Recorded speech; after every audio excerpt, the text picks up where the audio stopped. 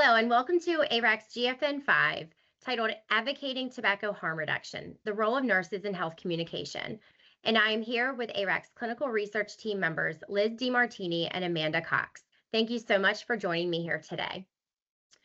I'd like to first jump in to a question for both of you.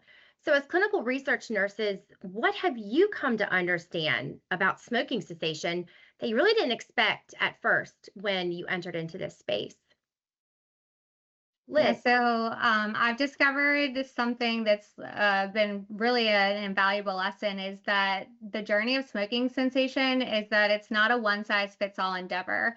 So each person's path to quitting smoking, it's unique, and we have to approach that with really careful understanding. There's a lack of education reaching smokers about reduced risk products, and interacting with hundreds, probably thousands of participants, I've heard countless times that they regret not knowing about these products sooner.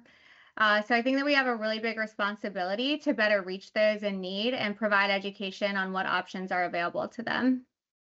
Well, I've learned that smoking cessation is not linear. It's layered, it's behavioral, emotional, and sometimes even generational. What's really surprised me is how much people want to quit, but they don't feel like they can. Not because they don't care, but because they haven't had someone meet them with the right tools and the right message. I've also seen how powerful small wins can be. Someone goes from a pack a day to 5 cigarettes, and they're proud, and they should be.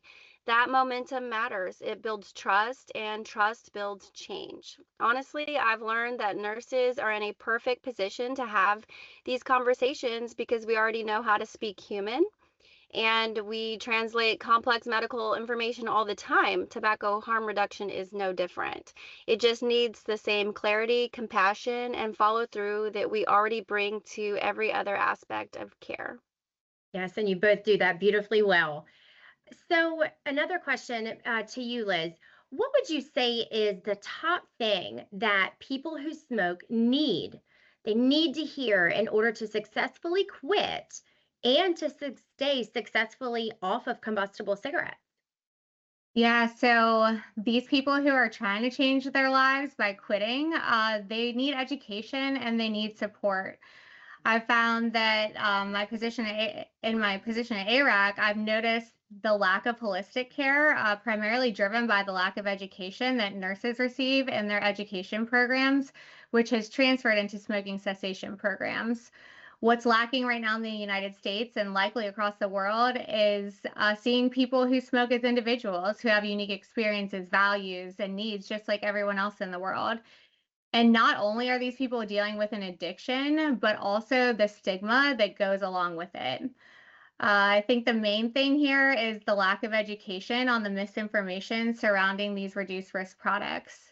We hear repeatedly from participants at these sites that nicotine pouches can cause oral cancer or that vaping is worse than smoking. These are real reasons that the participants have not tried these products before. I think that support from healthcare providers is crucial to the success of smoking cessation, right? The healthcare providers are who these people trust. Working at the bedside for so many years, I heard many conversations take place between physicians and patients. And unfortunately, they were all very alarmingly similar. So the physician would say, you need to stop smoking, period. There was no guidance, there was no support, no alternatives.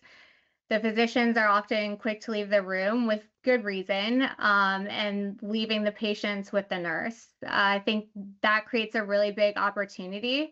The nurses are the ones with the patients. They're establishing those relationships. The unfortunate thing is that the nurses are also missing this opportunity to provide education because they're also not receiving the education in tobacco harm reduction. Yes, yes, that's very true, and it is a very sad thing. I think the key takeaway here is that we need to correct the misinformation and the misperceptions that are out there, and that means education. That means educating the people who are smoking, and that means educating the healthcare providers who are most connected with those individuals. So thank you, both of you, so much for your time today. And what they both want to leave you all at GFN is a little bit of positivity and reflection. Thank you all very much for listening, and enjoy the conference and take care.